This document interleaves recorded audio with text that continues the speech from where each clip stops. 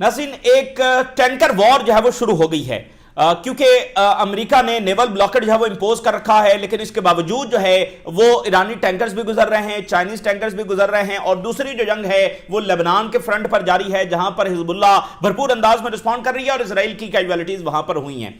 अच्छा, अब यहां पर जो टैंकर वॉर शुरू हुई है, इसमें पहले तो दुनिया यह समझने की कोशिश कर रही है कि ये जो ट्रंप ने नेवल ब्लॉकेड अनाउंस किया है इसका मतलब क्या है, क्योंकि ट्रंप के लिए हर एक जो टर्म है उसका अपना मतलब होता है। उसके मुताबिक तो ईरान में रिजीम चेंज भी हो चुकी है, उसके मुताबिक तो वो ईरान की एयरफोर्स और नेवी और सब कुछ मिलिट्री खत्म भी कर चुका है, प्रोडक्शन कैपेबिलिटी भी खत्म कर चुका है, सो ऑन। वो उसकी हर एक मामले में जब वो टर्म अपनी होती है, उसकी डेफिनेशन जब वो अपनी है, तो उसके नजदीक नेवल ब्लॉकेड क्या है और कब ट्रंप यहां से जब वो पतली गली से विक्ट्री अनाउंस करते हुए जो निकल जाएगा, इसके बारे में कुछ कहा नहीं जा सकता। और नेवल ब्लॉकेड में तो यह है कि कोई सप्लाई ईरान की तरफ जाएगी नहीं और कोई वहां से बाहर जब आ नहीं सकेगी। नेवल ब्लॉकेड का तो बेसिक मतलब यह है। लेकिन इसके बावजूद अहम खबर यह है कि ईरानी टैंकर जो हैं वो रूटीन के मुताबिक गुजर रहे हैं, यानी कल से ये ब्लॉकेड लग चुका है, लेकिन ईरानी टैंकर्स ऑयल लेकर जा रहे हैं और जो उनकी बाकी सप्लाई है वो भी उनकी बंदरगाहों तक जब वो एक्सेस कर रही है अमेरिका के ब्लॉकेड का बावजूद। अभी कहा नहीं जा सकता कि इनके जो वॉरशिप्स है वो कहां पर खड़े हुए हैं, क्या वो खलीज ओमान में आए हैं, क्या वो पीछे खड़े हुए हैं, लेकिन जहां भी खड़े हैं ईरान की जो सप्लाई है वो उसी तरह से जारी है। और अहम बात यह है कि यहां से चाइना के टैंकर्स भी गुजर रहे हैं, वो ईरान का ऑयल लेकर जा रहे हैं, वो जनाब अली बाकी मुल्कों का ऑयल लेकर जा रहे हैं। तो क्या अमेरिका जब वो चाइना के टैंकर्स पर अटैक करेगा, रशिया के टैंकर्स के ऊपर अटैक करेगा, और ब्रिक्स कंट्रीज हैं जिनका ऑयल यहां से जा रहा है, तो क्या अमेरिका उनके ऊपर जब अटैक करेगा? तो ये एक अहम सवाल है। अच्छा, अभी ये खबर आई कि खलीज ओमान में ईरानी टैंकर्स पर हमला हो गया है, लेकिन ईरान ने बताया कि उनके टैंकर्स पर कोई हमला नहीं हुआ और वो सेफली जब वो यहां से गुजरना है। अब एक तरफ ये मामला जो है वो एस्केलेटरी है कि यहां से सडन को बड़ी जंग छिड़ सकती है, और दूसरी तरफ ये इम्प्रैक्टिकल है क्योंकि ये ब्लॉकेड हो नहीं सकता। मिलिट्री लॉजिक में ये ब्लॉकेड यहां पर कामयाब नहीं होगा। लेकिन अगर किसी ईरानी टैंकर पर अटैक हो जाता है तो फिर क्या ईरान उस पर खामोशी इख्तियार करेगा या ईरान फिल फॉर रिस्पॉन्ड करेगा? तो बेसिकली ट्रंप ने अपने आप को एक और नए दलदल में फंसा लिया है जिसमें उसके लिए कोई क्लियर विक्ट्री नहीं है। तो एक हारा हुआ शख्स जो कि नेतन्याहू के कंट्रोल के अंदर है, वो और ऐसी सेंसलेस चीजें करता चला जा रहा है जिसके कोई वे आउट नहीं है, जिसमें कोई विक्ट्री शामिल नहीं है। ये ब्लॉकेट करके वो क्या हासिल कर लेगा? क्या हो किया जाएगा? क्या ईरान की जंगी सलाहियतें खत्म हो जाएंगी? क्या ईरान सरेंडर कर देगा? क्या ईरान कोई इनकी टर्म्स के ऊपर डिक्टेशन कबूल कर लेगा? क्या हासिल करेगा? बल्कि अमेरिका ने अपने आप को मजीद, देखें, सारा बयानिया तो ये था कि ईरान ब्लॉकेट करके दुनिया की इकॉनमी को नुकसान पहुंचा रहा है, तो ब्लॉकेट तो फिर अमेरिका कर रहा है, तो वो बयानिया भी ज़ाहिर है वो खलीज फारस में गर्क हो चुका है। तो सिर्फ इजरायली कंट्रोल में, नेतन्याहू के कंट्रोल में पहले डिफीट हुई और अब मजीद सेंसलेस चीजें हैं जिसका कोई वे आउट नहीं है। ये भी एक ऐसा दलदल है जिसमें ट्रंप ने अपने आप को फंसा लिया। इसमें से पतली गली से निकलना पड़ेगा या फिर एक और बड़ी जंग जब उसके सामने खड़ी है। जो वे आउट है वो वे आउट सिर्फ एक ही है जो इस्लामाबाद टॉक्स में अमेरिका को दिया गया, वो ओनली वे आउट है। इसके अलावा अमेरिका के पास कोई वे आउट नहीं है। सबसे बड़ी नाज़रीन डेवलपमेंट इस वक्त की यह है कि प्रेसिडेंट ऑफ चाइना वो पहली बार इस मामले पर सामने आए हैं। जंग हुई है, सारा कुछ हुआ है, चीन के सदर की कोई स्टेटमेंट नहीं आई, यानी चाइना की तो आई है लेकिन चाइना के सदर की कोई स्टेटमेंट जारी नहीं हुई है। प्यूटन की भी स्टेटमेंट जारी हुई है, सारी दुनिया के रहनुमाओं की स्टेटमेंट जारी हुई है, लेकिन चाइना के सदर की कोई स्टेटमेंट जारी नहीं हुई। जो चाइना ने 5 नुकाती फॉर्मूला भी दिया था जब पाकिस्तान के फॉरेन मिनिस्टर गए थे, तो वो भी फॉरेन मिनिस्टर्स की मुलाकात हुई थी। पहली बार चीन के सदर ने 4 नुकाती फॉर्मूला दिया है मिडिल ईस्ट में एक मुस्तकिल अमन के लिए, जिसमें मसला फलस्तीन शामिल है, जिसमें ईरान के ऊपर जो हर बार जंग करने की कोशिश की जा रही है वो शामिल है, जिसमें अरब रियासतों की सिक्योरिटी शामिल है। यह बहुत बड़ा वाकया है कि चाइना अपने आप को प्रेजेंट कर रहा है as a security guarantor of West Asia, यानी कि मिडिल ईस्ट। और चीन के सदर प्रेसिडेंट शी जिनपिंग ने यह फॉर्मूला कब दिया है, यह भी बड़ी इंपॉर्टेंट बात है, किस मौके पर यह दिया गया है। यूएई के हुक्मरान जो हैं वो पहुंचे हैं चाइना और चीन के सदर के साथ मुलाकात हुई है। इस मुलाकात के दरमियान यह फॉर्मूला जो पेश किया गया है। इसका मतलब यह है कि यह फॉर्मूला पहले से तैयार था, यूएई के रहनुमा वहां पर गए और देखें उनकी मुलाकात के दरमियान तो चाइना के सदर को ख्याल नहीं आया कि ये मेरे 4 पॉइंट्स है, ये सारा पहले से होमवर्क जब वो हो चुका था और अनाउंसमेंट इस मौके पर आ रही है। यानी यूएई जो इसराइल का सबसे बड़ा इत्तेहादी है, जो अमेरिका का सबसे बड़ा इत्तेहादी है, जो कह रहा था और ईरान पर हमला करो, हम फौज भेजने के लिए तैयार हैं, हम ये है वो चाइना पहुंच गया है और उस मौके पर ये स्टेटमेंट्स आ रही हैं। ये फॉर्मूला चाइना की as a security guarantor, as a वो फॉर्मूला जो सबको काबिल कबूल हो सकता है। इसमें जैसे आप प्रॉपर सुलह करवाते हैं ना, कि हर फरीक को कह रहे हैं कि यार आप भी 2 कदम पीछे हटें, आप भी 2 कदम पीछे हटें, और दरमियान में से एक ऐसा दरमियानी रास्ता निकाला जाए कि वो सबको काबिल कबूल हो, जिसमें एक फरीक की सारी बात ना मानी जाए और सब 2-2 कदम पीछे हटें, और एक ऐसा दरमियानी रास्ता कि यहां पर दहाइयों तक जब अमन हो सके, और जिसमें मसला फलस्तीन शामिल किया गया है, और एक कंप्रीहेंसिव अंदाज में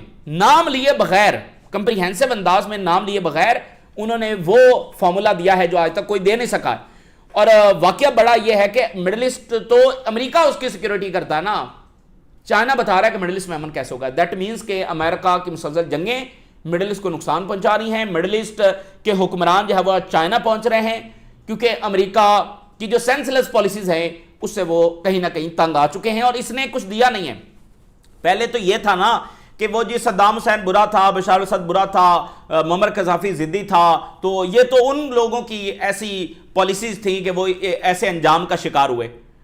तो गल्फ तो उनके सबसे बड़े इत्तेहादी थे, उनके सबसे बड़े सरमायादार थे, उनके मफादात के तहफ़्फ़ुज़ करने वाले थे, तो फिर ये जंगों में कैसे ड्रैग हो गए? देखें, अब तक उनका मॉडल ही यही था कि इराक इसलिए तबाह हुआ कि कसूरवार सद्दाम हुसैन है। देखें गल्फ कितनी तरक्की कर रहे हैं, अमेरिका और इजराइल के साथ तामुन रखते हैं, और उनकी सोच बड़ी मॉडर्न है, वो रेडिकल नहीं है, वो जमीनी हकायक को समझते हैं, और अमेरिका और इजराइल के साथ चल रहे हैं, यूरोप के साथ चल रहे हैं। तो देखें उनकी कितनी तरक्की है, कितनी खुशहाली है। ये जो कौमें तबाह हुई हैं, ये इनकी गलतियां अपनी हैं। अमेरिका और इजराइल इनको तबाह नहीं करना चाहते थे, वो फार्मूला भी फारिग हो चुका है, वो बयानिया फारिग हो चुका है, क्योंकि वो सभी को तबाह करना चाहते हैं। वो ना अरबों को ताकतवर देखना चाहते हैं, वो बस सबकी दौलत भी लूटना चाहते हैं और सबको कमजोर भी रखना चाहते हैं। इजराइल तो इनको अपने बराबर का भी नहीं समझता है। आज तक कौन सी इजराइल ने इनको साइंस और टेक्नोलॉजी दे दी है, और अमेरिका ने इनको साइंस और टेक्नोलॉजी दे दी है? आज तक इनको अपनी फौज तो खड़े करने नहीं दी। अभी सऊदी अरेबिया जो है वो टर्की से फाइटर जेट्स खरीदने की कोशिश कर रहा था, तो अमेरिका ने सख्ती से कहा कि तुम फाइटर जेट्स नहीं खरीदोगे। तो ये कौन सी पार्टनरशिप है भाई? ये कौन सी गारंटी है जो सिक्योरिटी की दी है कि उनको कभी मजबूत होने नहीं देना, उनको कभी अपने पांव पर खड़े होने नहीं देना? तो वो तमाम बयानिया जब वो खलीज फारस में गर्क हो चुका है इनका। तो चाइना ने अपने आप को सिक्योरिटी गारंटर, उसमें इसराइली बदमाशी का कैसे खात्मा करना है वो भी इन 4 पॉइंट्स के अंदर शामिल है। इसमें ऐसी कंप्रीहेंसिव टर्म्स जो हैं वो शामिल की गई हैं कि उससे बाजार और खुले अंदाज में समझा जा सकता है कि वो कहना क्या चाह रहे हैं। दुनिया खड़ी हो रही है, और जो बहुत बड़ा वाकया है, बहुत रेयर वाकया है, साउथ कोरिया के जो प्रेसिडेंट हैं वो इसराइल के खिलाफ खुलकर मजीद सामने आ गए हैं। उन्होंने इसराइली फौज के जो मजालिम हैं फलस्तीनियों के ऊपर, लेबनीज के ऊपर, इसको हॉलोकॉस्ट के साथ कंपेयर कर दिया कि ये उस दर्जे का जुल्म जो है वो कर रहे हैं। इस पर इसराइली इतने आग बगोला हो चुके हैं, इतने आपे से बाहर हो चुके हैं, इतनी उनको तकलीफ हुई है, बहुत तकलीफ उनको पहुंची है, और आज तक कोई ऐसा कलेक्टिव वेस्ट में से कोई ऐसा हुक्मरान जब इनको ऐसी स्टेटमेंट जारी कर नहीं सका है जो साउथ कोरिया के प्रेसिडेंट। और साउथ कोरिया, जापान, ये मैंने आपको पहले भी हिस्ट्री बताई है कि ये चूंकि अमेरिका के सबसे बड़े इत्तेहादी हैं, यहां पर अमेरिकी फौज बैठी है, तो ये कुछ भी इनकी पॉलिसी नहीं है, अमेरिका इनको कंट्रोल करता है।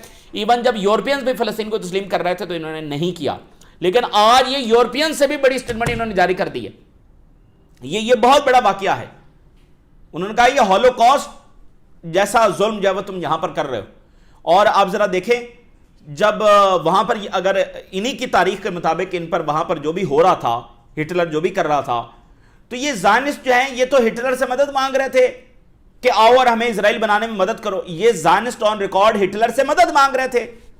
तो फिर यही तो सारी दुनिया ये कह रही है अब, और ईरान और रेजिस्टेंस तो कब से कह रहे हैं कि ज़ायनिज़्म ही बेसिक मसला है, ज़ायनिज़्म को फारिग करें और दुनिया आगे बढ़े खुशहाली और अमन और शांति के साथ। स्पेन जो है वो यूरोप की मॉरल वॉइस के तौर पर सामने आ रहा है बहुत खुलकर, और वो मतलब सरे फहरिस्त है, सबसे आगे खड़ा हुआ है। और अमेरिका के अंदर प्रेशर जो वो बहुत ज़्यादा बिल्ड हो रहा है, बहुत तनकीद हो रही है। मिसाल के तौर पे जो कैंट जो हैं, जो इनके फॉर्मर एडवाइज़र हैं, फॉर्मर सरबराह हैं काउंटर टेररिज्म के, जिन्होंने अभी इस्तीफा दिया ड्यूरिंग द वॉर, उन्होंने कहा है कि जब तक इजराइल को काबू नहीं किया जाता मुज़ाकरात की कामयाबी के कोई चांसेस नहीं है। तो ये अमेरिका में ये बात बहुत मजबूती के साथ प्रिवेल हो रही है कि उनके लिए सबसे बड़ा खतरा कौन है? ईरान नहीं है, इजराइल है। ये बहुत बड़ी बात है। और जब अमेरिकन के सामने एक राज खुल जाता है तो फिर वो उसकी तह तक पहुंच के ही जाते हैं। इसलिए बहुत मुश्किल है इस सारे प्रोसेस को अमेरिका में रिवर्स करना। इजरायली लॉबी के हाथ से मामला निकलते चले जा रहे हैं क्योंकि अमेरिकियों को इस सारी जड़ का सिरा मिल रहा है कि ये इस सब मैस का जिम्मेदार कौन है। और मीनवाइल जब वो पोप के साथ जो फड्डा लिया है ट्रंप ने, वो सबसे संगीन नौयत की बात है। और जो मिड टर्म इलेक्शंस हैं जिसमें जंग और ये सारी चीजें तो असरअंदाज होने जा ही रही थी, लेकिन पोप के साथ जो फड्डा लिया है, रिपोर्ट्स के मुताबिक मिड टर्म इलेक्शन जो हैं वो बहुत बुरे तरीके से ट्रंप हार सकता है, क्योंकि जो कैथोलिक वोटर्स हैं उनके ऊपर ये बात बहुत ग्रां गुजरी है। और आप जरा अंदाजा करें इसके बयान के बाद वहां पर अब ये सीरियस डिस्कशन है अमेरिका में इस शख्स की मेंटल हेल्थ के बारे में, इसकी जहनी कैफियत के बारे में। क्योंकि देखिए, कोई हुक्मरान जो है जो थोड़ी सी भी सेंस रखता है, वो क्यों पोप के साथ जब वो इस तरह की बात करेगा, इस तरह की इंसल्टिंग लैंग्वेज जो इस्तेमाल करेगा। पोप जो हैं उन्होंने तो अमन ही की बात करनी है ना। और क्या पोप ये कहें कि नहीं ईरान पर और बम मारो? वो तो चाहे यूक्रेन की जंग हो, चाहे गजा में जो जुल्म किया जा रहा है, चाहे लेबनान में, चाहे दुनिया के किसी भी कोने में, उन्होंने तो वहां पर जंगबंदी की बात करनी है ना। वो तो ये कभी भी किसी भी कोने में दुनिया के कोई भी जंग जारी है तो वो ये नहीं कह सकते कि और जंग करो और बम मारो। उन्होंने तो अमन की बात करनी है ना। तो यानी ये तो बहुत नॉर्मल सी बात है जो पोप ने एक तरह से की, अमन की बात। ठीक है, वो ज्यादा खुलकर सामने आए कि भाई ट्रम्प जब वो बमबारी बंद करे ईरान पर, सो ऑन, ये सारी चीजें, बड़ा ब्रेव स्टांस उन्होंने लिया, जिसकी बड़ी तारीफ हो रही है कि उनको ये स्टांस लेना चाहिए क्योंकि वो ह्यूमैनिटी के नुमाइंदे हैं। तो पोप ऐसे बयान जंगबंदी के देते रहते हैं। तो ट्रंप ने यानी एक धक्के की चीज अपने सर ली है। तो इससे उसकी जहनी कैफियत का भी अंदाजा हो रहा है कि ये शख्स किस जहनी कैफियत के अंदर है। उधर जंग हारा हुआ है, उधर धक्के के इस तरह के क्राइसिस। और ट्रंप का सबसे बड़ा इत्तेहादी नेतन्याहू है। तो नेतन्याहू से ये सारे सलाह मशवरे करता है। नेतन्याहू के और ज़ायनिस्ट लॉबी के जो इस वक्त काला जादू कर रही होती है, और कई बार इसको गॉड लाइक करैक्टर भी खुदा न खास्ता जो है वो डिक्लेयर कर चुके हैं। और ये सारे बयानात ऑन रिकॉर्ड है, अमेरिका में ये सारी चीज़ है वो जारी है, यानी ये डिबेट हो रही है। और जो उसने इमेज शेयर की थी वो उसको डिलीट करना पड़ गई है, क्योंकि वहां पर बड़ी तनकीद हो रही है कि तुम अपने आप को इस तरह से कंपेयर कर रहे हो। ठीक है ना, गॉड लाइक करैक्टर तुम जो है वो अपने आप को बनाकर पेश कर रहे हो। तो ये काफी ज्यादा डेंजरस बात है कि एक शख्स जो है वो इस अंदाज में सोच रहा है, अपने आप को सबसे बालातर समझता है। आप इसका वो बयान भी लिंक करें ना इस सारी बात से कि इसने कहा था कि मेरे लिए इंटरनेशनल लॉ कुछ भी नहीं है, मैं बताऊंगा कि मोरालिटी क्या है। यानी ये अपने आप को सबसे बालातर समझता है कि दुनिया में सही क्या और गलत क्या है वो भी ये डिफाइन करेगा, इंटरनेशनल लॉ क्या है ये वो भी ये डिफाइन करेगा। और इत्तेहादी इसका सबसे बड़ा नेतन्याहू है। अब खुद अमेरिकन जब इस पर सोचें, और वहां पर जो रिमूवल की बात है वो चल रही, और मिड टर्म इलेक्शन अगर ये हार गया तो ये बात तय है कि इसकी इंपीचमेंट पक्की है। इजरायली सोल्जर जब वो मारे गए हैं और 3 जो है वो एक जगह पर जख्मी हुए हैं, और पिछले थर्सडे से जो लड़ाई जारी है उसमें 154 इजरायली ऑफिसर जब वो उनकी कैजुअलिटीज हुई हैं। और जब से ओवरऑल ये जंग शुरू हुई है 28 फरवरी से 565 कैजुअलिटीज इनकी हैं इजरायली मीडिया के मुताबिक, जो कि हमेशा ये नंबर छुपाते हैं। टाइट मिलिट्री सेंसरशिप के बावजूद ये नंबर्स उनके सामने आ रहे हैं। और पिछली जुमेरात से लेकर अभी तक जब वो 154 ऑफिसर्स एंड फौजी इनके मारे जा चुके हैं, जख्मी हैं। तो इनको भारी कीमत वहां पर अपनी बमबारी की चुकाना पड़ रही है। और जो शेख कासिम हैं उनकी स्टेटमेंट आई है कि surrender is not an option, not to direct talks with Israel, no direct talks with Israel. कोई सरेंडर नहीं करेंगे, जिन्होंने हथियार डालने वो जाकर अकेले डालें, और हम ये ह्यूमिलिएशन कबूल नहीं करेंगे और आखिरी सांस तक लड़ते रहेंगे। ये शेख कासिम की स्टेटमेंट आ रही है। और उधर इजरायली सेटलर जो हैं वो कह रहे हैं कि चलो चलो लेबनान में चलकर ऑक्यूपेशन करो, वहां पर सेटलमेंट्स बनाएं। तो ये मुल्कों को खड़ा होना होगा। इसराइल बाजार बिल्कुल खुलकर अमेरिका की मदद से ग्रेटर इसराइल प्रोजेक्ट मजीद ऑक्यूपेशन, मजीद जुल्म, मजीद बर्बरियत करता चला जा रहा है। तो इसराइली सेटलर्स कह रहे हैं लेबनान में चलकर, तो लेबनान गवर्नमेंट क्या कर रही है? इंतहाई ऐसी अहमक, स्टूपिड, फुलिशनेस पॉलिसी ये पहले दिन से कैरी कर रहे हैं। जमीनी हकायक से ये कोसों दूर हैं। बेरूत में बमबारी हो रही है, जहां पर वैसे हिजबुल्लाह का वजूद भी नहीं है, वो तो साउथ में है। बेरूत पर बमबारी हो रही है, सारी दुनिया कंडेम कर रही है, लेबनीज गवर्नमेंट कंडेम नहीं कर रही है। इनको होश के नाखून लेने चाहिए। ये जो आज इतने लेबनीज मारे जा रहे हैं, ये इनकी बुजदली की वजह से मारे जा रहे हैं, इनकी स्टूपिड पॉलिसी की वजह से मारे जा रहे हैं। और ये गवर्नमेंट नहीं चलेगी, मैं आपको बता रहा हूं, ये फारिग हो जाएंगे। ये जिसके नुमाइंदे हैं, ये अपनी डायरेक्शन दुरुस्त करें। इतने मासूम लोग वहां पर रोज मारे जा रहे हैं और ये सत्तू पीकर सो रहे हैं। इनको अकल करनी चाहिए और होश के नाखून इनको लेने चाहिए और थोड़ी सी बहादुरी दिखाएं। जब आपके सामने इतना बेरहम दुश्मन खड़ा है, तो फिर उससे भीख मांगने से, रहम की भीख मांगने से आपको रहम मिलेगा नहीं, बल्कि वो और बेरहम होगा।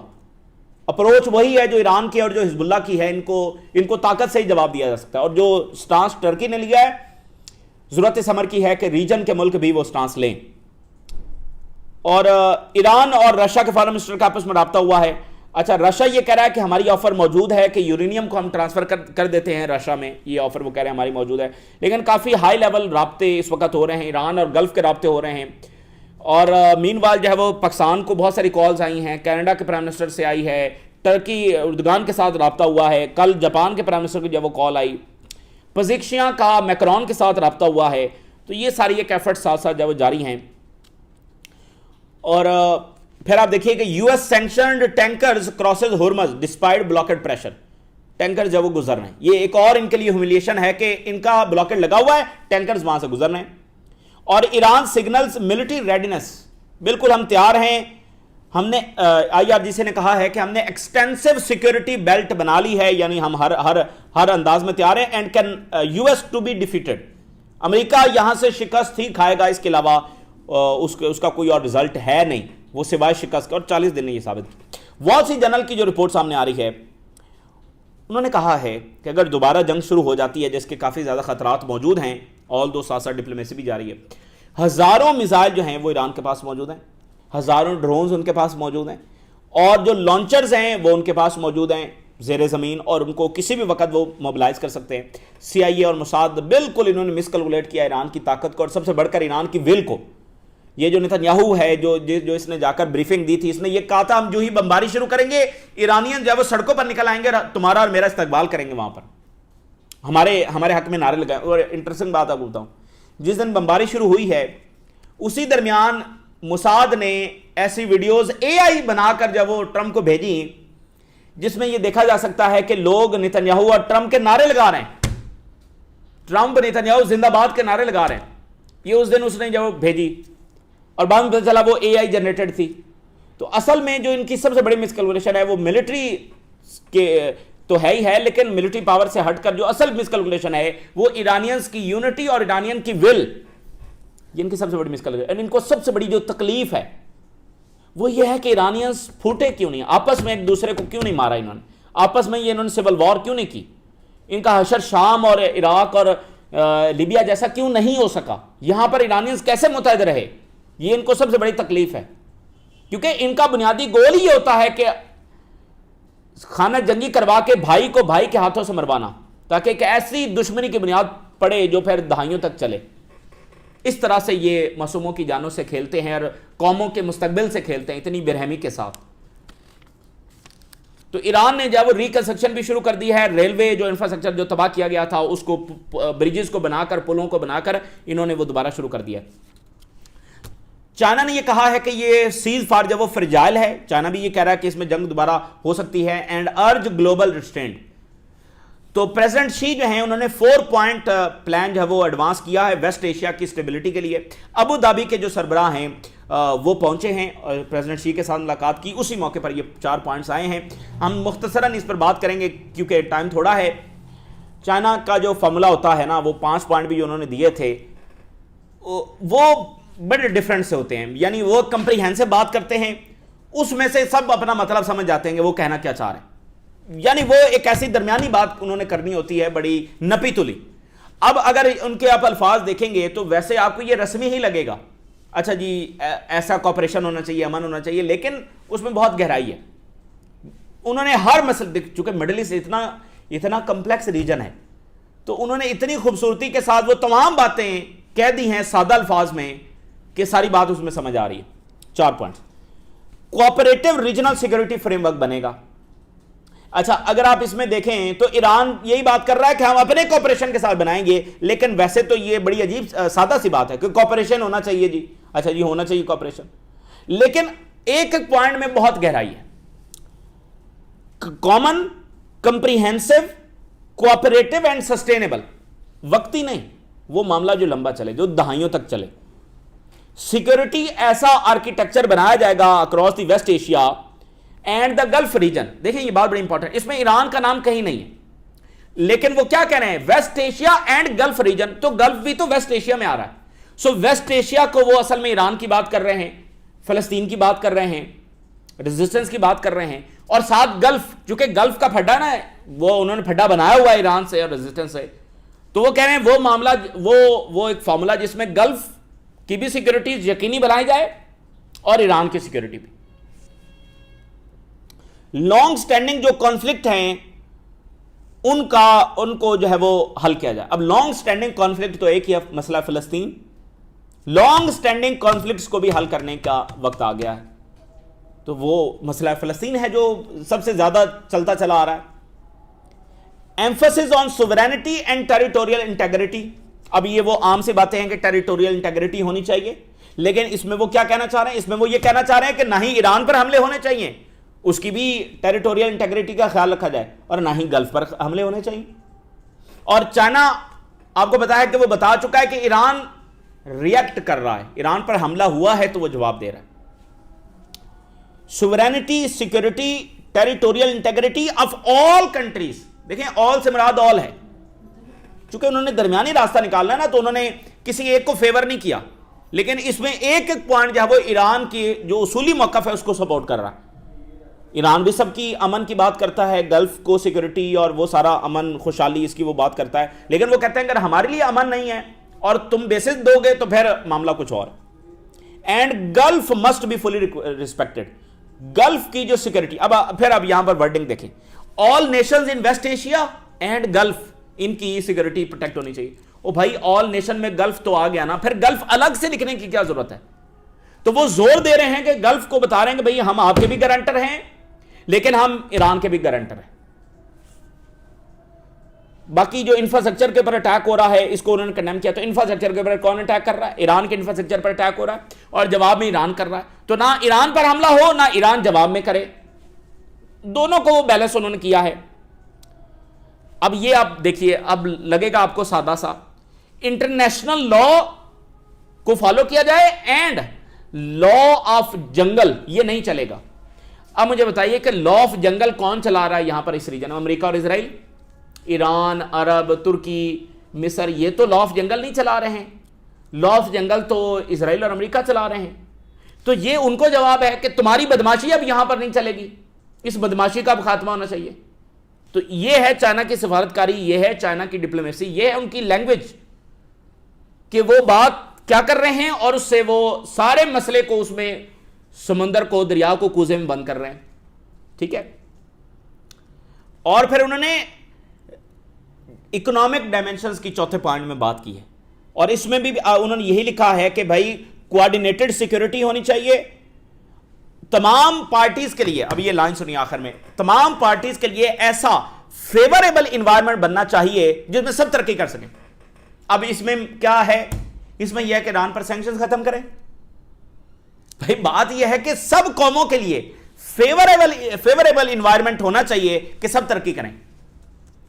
तो इसमें भी उन्होंने उन 4-5 अल्फाज के अंदर favourable environment for all Nations, सिर्फ इन 4-5 अल्फाज के अंदर उन्होंने गंभीर तरीन मसाइल को हल करने की बात की। सब तरक्की करें, सबकी सिक्योरिटी हो, सबके लिए अमन हो, जो मसले लंबे जा रहे हैं कई सालों से चल रहे हैं उनको हल किया जाए। और चूंकि इन 4 पॉइंट्स के साथ चाइना की एक अलग से पोजीशन है, चाइना यह कह चुका है कि जब तक मसला फिलिस्तीन हल नहीं होगा रीजन में अमन नहीं होगा। और चाइना की यह पोजीशन है कि हमला ईरान पर हुआ है और ईरान जवाब दे रहा है। उस तनाजुर में आप इन 4 पॉइंट्स को देखिए, ठीक है। वो कहते हैं मसला फिलिस्तीन हल नहीं होगा तो अमन नहीं आएगा, तो यहां पर वो मसला फिलिस्तीन को हल करने की जब वो बात कर रहे हैं और अपने आप को एक सिक्योरिटी गारंटर, और चूंकि सऊदी अरेबिया और ईरान के सुलह चीन ने करवाई है, अमेरिका तो इनको लड़वाने में अपना फायदा देखता है, इजराइल तो इनको लड़वाने में अपना फायदा देखता है, चीन इनकी सुलह करवा रहा है। तो ये यहां पर सूरत हाल है। और पोप के हवाले से बहुत जो है ना जो बातें की हैं उस पर तनकीद हो रही है। Vatican US rift over war on Iran could shape 2026 elections, और ईरान के फॉरेन मिनिस्टर ने कंडेम किया है, पहले सदर ने किया, अब ईरान के फॉरेन मिनिस्टर ने जो है वो किया है। अब मैं आपको 2019 की एक हेडलाइन दिखाता हूं आखिर में, टाइम्स ऑफ इजराइल की। Trump tweets claim Israeli love like him, he is the second coming God. ये 2019 की है, यानी वो खुदा न खास्ता अपने आप को एक गॉड लाइक कैरेक्टर जो है उसके जहन में कहीं ना कहीं चलता चला रहा है, इजरायली ही उसको बताते आ रहे हैं कि तुम वो मसाया हो, तुम वो हो। तो ये बात बड़ी डेंजरस है और अमेरिका में इस पर काफ़ी ज़्यादा डिबेट हो रही है। ये इस वक्त की ताज़ा तरीन डेवलपमेंट्स है जो आपके साथ शेयर किया, हमने आगाह करें। इजाज़त दीजिए, अल्लाह हाफिज़।